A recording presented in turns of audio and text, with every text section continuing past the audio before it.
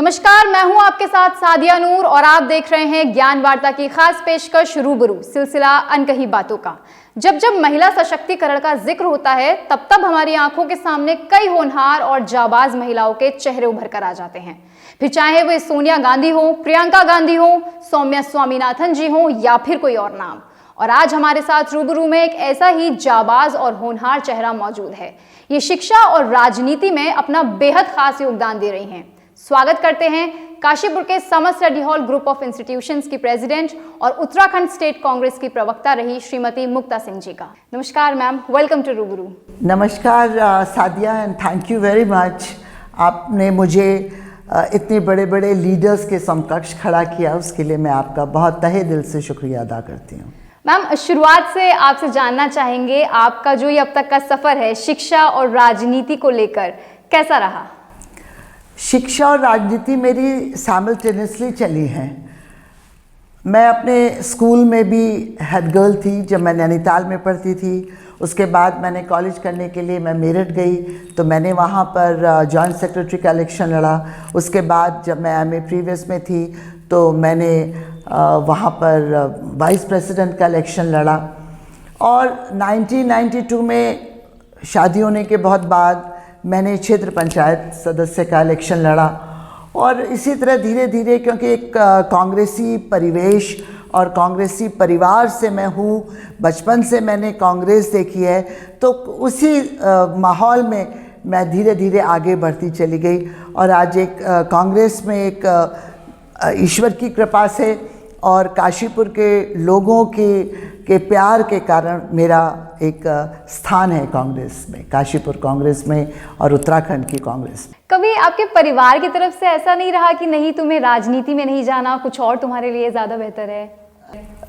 ऐसा नहीं रहा, क्योंकि ये हमारा जो बचपन से ही परिवेश थे। मेरे दादाजी भी एमएलए थे, मेरे पापा चौधरी समरपाल सिंह एमएलए भी थे कांट से और फिर मंत्री भी बने।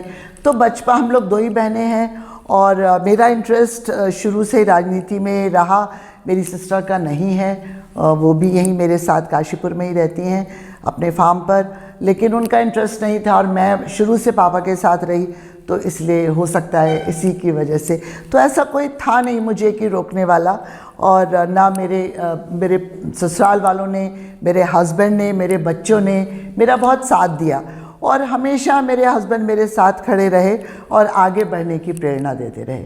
स्कूल्स में भी मैं पहले लिटिल स्कॉलर्स में मैंने 14 साल एज अ प्रिंसिपल वर्क किया, काम किया वहाँ पर। उसके बाद 2005 में मैंने पहला स्कूल खोला, summer study hall senior secondary school. तो उसमें भी मेरे पति का बराबर साथ रहा। तब मेरे बच्चे छोटे ही थे, वो पढ़ रहे थे, लेकिन उनका, मेरे हस्बैंड का साथ बराबर मुझे मिलता रहा और उनकी प्रेरणा है और सारे घर वालों का साथ है, मेरी सिस्टर का साथ, मेरे पेरेंट्स का साथ, सबका साथ होता है। देखिए, कोई भी काम अकेले नहीं हो पाता। जब भी हम कोई काम करने निकलते हैं, कहीं जाते हैं, तो अगर परिवार का साथ ना हो तो फिर सही नहीं होता। तो पूरे परिवार का, मेरी बहन का, मेरे हस्बैंड का, मेरे बच्चों का, मेरे माता पिता का, सबका मुझे साथ मिला। और आज मैं जिस मुकाम पे हूँ तो उन्हीं लोगों की गुड विशेस, उन्हीं लोगों के साथ से मैं यहाँ। जी बिल्कुल। और आज के वक्त में हम सब जानते हैं कि आप बहुत से ऐसे बच्चों का भविष्य सुधार रही हैं, क्योंकि summer study group of institutions का आप नेतृत्व कर रही हैं, समर स्टडी ग्रुप के सभी स्कूल्स की आप प्रेसिडेंट हैं। एक सवाल मेरे मन में है, summer study hall girls school को आपने किस विजन के साथ शुरू किया? देखिए, यहाँ पर वैसे तो जब हम बात करते हैं बराबरी की, तो पुरुष और महिला दोनों बराबर हैं और समाज के दो धुरियां हैं, दो पहिए हैं। बिना पुरुष के महिला बेकार, महिला के बिना पुरुष बेकार। लेकिन उसके बाद भी कहीं ना कहीं हम इस बात को भी, चाहे हम ऑर्थोडॉक्स की बात कहें, चाहे हम हिपोक्रेसी की बात करें, कहीं ना कहीं ऐसा है कि महिलाएं जो हैं समाज में सुरक्षित नहीं हैं और उनका ध्यान भटक जाता है जब बॉयज़ एंड गर्ल्स के स्कूल में। तो वही एक मेरी धारणा थी। मैं भी ऑल गर्ल्स स्कूल और ऑल गर्ल्स कॉलेज में पढ़ी, तो शायद मुझे लगा कि जब हम ऐसे पढ़ते हैं तो फोकस हमारा एजुकेशन की तरफ ज़्यादा रहता है, अट्रैक्शंस कम होते हैं और डिस्ट्रैक्शंस भी कम होते हैं। तो इसी काशीपुर और काशीपुर के आसपास कोई भी ऑल गर्ल्स स्कूल नहीं है, जबकि आप दिल्ली में देखिए, आप नैनीताल में देखिए, बहुत सारे स्कूल्स हैं। तो उसी से प्रेरणा लेकर और वही बात को लेकर मैंने ये स्कूल खोला, girls school, summer study hall girls school. और वहाँ की लड़कियाँ बहुत अच्छा कर रही हैं और सादिया नूर मेरे साथ बैठी हुई हैं, वो भी इस बात का उदाहरण है कि आज जिस बच्ची को मैंने पढ़ाया है और आज वो मेरा इंटरव्यू ले रही है, तो इस बात का ये द्योतक है कि summer study hall girls school बहुत अच्छा कर रहा है। एक सवाल बार बार सामने आकर खड़ा हो जाता है, क्योंकि आज देश बहुत आगे बढ़ चुका है, तरक्की कर रहा है, महिला सशक्तिकरण को लेकर रोज नए से नए फैसले सामने आते हैं। इतने फैसलों के बाद भी, इतने कदम उठाने के बाद भी बहुत सी बच्चियां शिक्षा से अभी भी दूर हैं। इसके पीछे की खास वजह आप क्या समझती हैं? इसके पीछे की भी जो वजह है वो है एजुकेशन, माता पिता की शिक्षा। जब माता पिता को प्रॉपर शिक्षा नहीं मिलती तो वो शिक्षा का वैल्यू भी नहीं समझ पाते हैं, तो इसीलिए वो अपने बच्चियों को नहीं पढ़ा पाते। या बहुत सी बातें ऐसी होती हैं कि शायद फाइनेंशियल कंडीशंस भी आ जाती हैं, माहौल जो है आसपास का वो भी आ जाता है। और इस बात के लिए मुझे बहुत दुख भी होता है कि जो महिला पूरे समाज को लेकर चलती है, अगर पुरुष पढ़ता है या लड़का पढ़ता है तो केवल एक व्यक्ति पढ़ता है, लेकिन अगर लड़की पढ़ती है तो लड़की पूरा परिवार को पढ़ाती है, आगे अपने जिस ससुराल में जाती है वहाँ पढ़ाती है, समाज को बहुत अच्छा कुछ दे पाती है। तो लड़कियों का पढ़ना बहुत अधिक आवश्यक है। तो मैं तो कहती हूँ इसीलिए इसी बात को मद्देनज़र रखते हुए मैंने गर्ल्स स्कूल खोला, and I am proud of it that school is going on very well and the girls are doing so well. आपने क्योंकि शिक्षा को इतना हाईलाइट किया और खासकर पेरेंट्स का रोल उसमें आपने बताया, अभी सरकार का एक बड़ा फैसला सामने आया है लड़कियों को लेकर कि शादी की उम्र उनकी 21 साल कर दी गई है। क्या आपका इस पर रिएक्ट था जब आपने पहली बार सुनी ये न्यूज़, या आपका क्या कहना है इस बारे में? देखिए, मेरे ख्याल से तो अच्छा ही है, लेकिन मतलब पहले 18 साल करी गई शादी की एज और अब 21 साल कर दी गई। तो लड़की जितना पढ़ेगी, आगे बढ़ेगी, उतना ही अच्छा है, क्योंकि फिर जब शादी हो जाती है तो जल्दी उम्र में शादी हो गई तो जल्दी बच्चे भी हो जाते हैं, तो वो सब शरीर पर असर डालता है। और जब 21 साल की आयु में लड़की का विवाह होगा तो वो अच्छे से पढ़ेगी भी। मैं तो एजुकेशन को इसमें मानती हूँ कि उसको समय मिलेगा आगे पढ़ने का। माँ बाप भी सोचेंगे घर बैठा के लड़की को क्या करना, या आगे पढ़ाएंगे, या लड़की खुद अपने पैरों पे खड़ी होकर सशक्त बनेगी।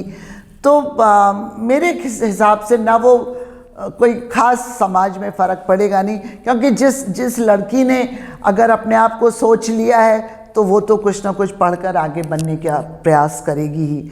तो ये गवर्नमेंट की नीति है, इस पर मैं कोई अपनी बात नहीं रखना चाहती। जी मैम, अभी आपने क्योंकि लड़कियों का हम लोग जिक्र कर रहे हैं, हम बचपन से देखते हैं कि जब एक लड़की पढ़ती है तो उसे बहुत सारे प्रोफेशंस एडवाइस दे दी जाती है, बेटा तुम लॉयर बनना, तुम डॉक्टर बनना, तुम इंजीनियर बनना। ऐसा बहुत कम सुनने को मिलता है, या मैं कहूँगी ना के बराबर, कि बेटा तुम बड़े होकर राजनीति में जाना या राजनेता बनना। क्या कहेंगे इस बात? देखिए, राजनीति में जाना और ना जाना व्यक्ति विशेष के अपनी पसंद होती है। I mean depends to his और हर ओन थिंकिंग। तो राजनीति सबके लिए होती भी नहीं है, बड़ा इसमें बहुत मतलब पेशेंस भी रखना पड़ता है, इसमें पेशेंस रखना पड़ता है, इसमें अपने इमोशंस को कंट्रोल करना पड़ता है।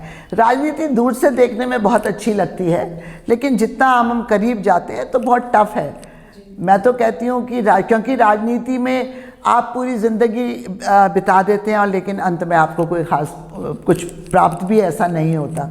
और जबकि अगर उसी पैसे को आप किसी बिज़नेस में लगाएं तो साल 2 साल में रिटर्न आने लग जाता है।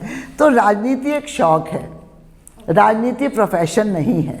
राजनीति एक शौक़ है। अगर आपके मन में सेवा भाव है तो वो शौक़ आपका पूरा राजनीति से हो जाता है। और अगर आप ये चाहते हैं कि राजनीति को प्रोफेशन की तरह लें, कमाने के लिए राजनीति कर रहे हैं, तो मैं उन लोगों को यही अपनी निवेदन करूंगी कि वो घर बैठें और कोई बिज़नेस करें जिससे पैसा आए।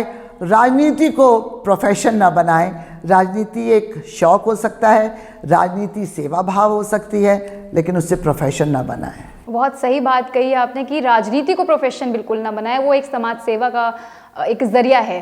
मैम, आखिरी सवाल आपसे, क्योंकि आप उत्तराखंड स्टेट कांग्रेस की प्रवक्ता रही हैं, कम्युनिकेशन स्किल्स को लेकर कई सारी लड़कियां जो हैं अपने ऊपर काम करती हैं, या ये कहिए कि ज़बान तक वर्ड्स आ जाते हैं लेकिन बोल नहीं पाती अपने हकों के लिए या और भी बातों के लिए, उनसे आज आप क्या कहना चाहेंगे रूबरू के ज़रिए?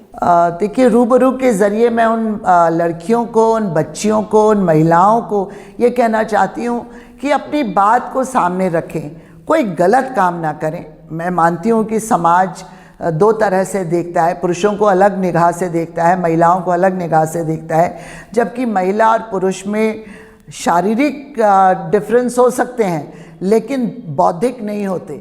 लड़कियां बहुत आगे बढ़ रही हैं, उनमें बहुत समाज को संभालने की बहुत कैपेसिटी है, बहुत स्टैमिना है, और इसीलिए मैं कहती हूँ अपनी बात को ज़रूर रखें, सामने रखें, प्रेम पूर्वक रखें।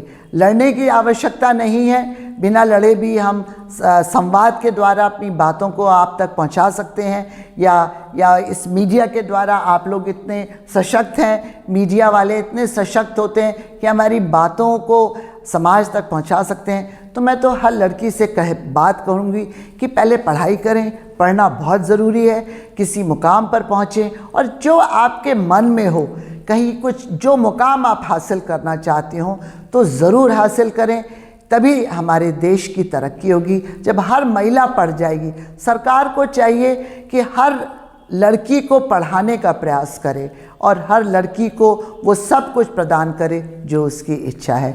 बस यही मेरी आखिरी इच्छा रहेगी। बहुत बहुत शुक्रिया मैम आपके इस स्ट्रॉन्ग मैसेज के लिए, और मुझे पूरी आशा है कि आपके इन चंद शब्दों ने बहुत सी ऐसी बच्चियों के मन में प्रतिभा जगा दी होगी जो आज इस इंटरव्यू को देख रही हैं। बहुत बहुत धन्यवाद सादिया, और मैं बहुत थैंकफुल हूँ कि मेरी बात को बाहर निकालने का आपने एक मौका दिया, और मैं ये चाहूँगी कि हमारा काशीपुर की लड़की, हमारे इस प्रदेश की लड़कियाँ खूब उन्नति करें, और इतनी उन्नति करें कि जब हम उन्हें देखें तो सर उठा के देखें।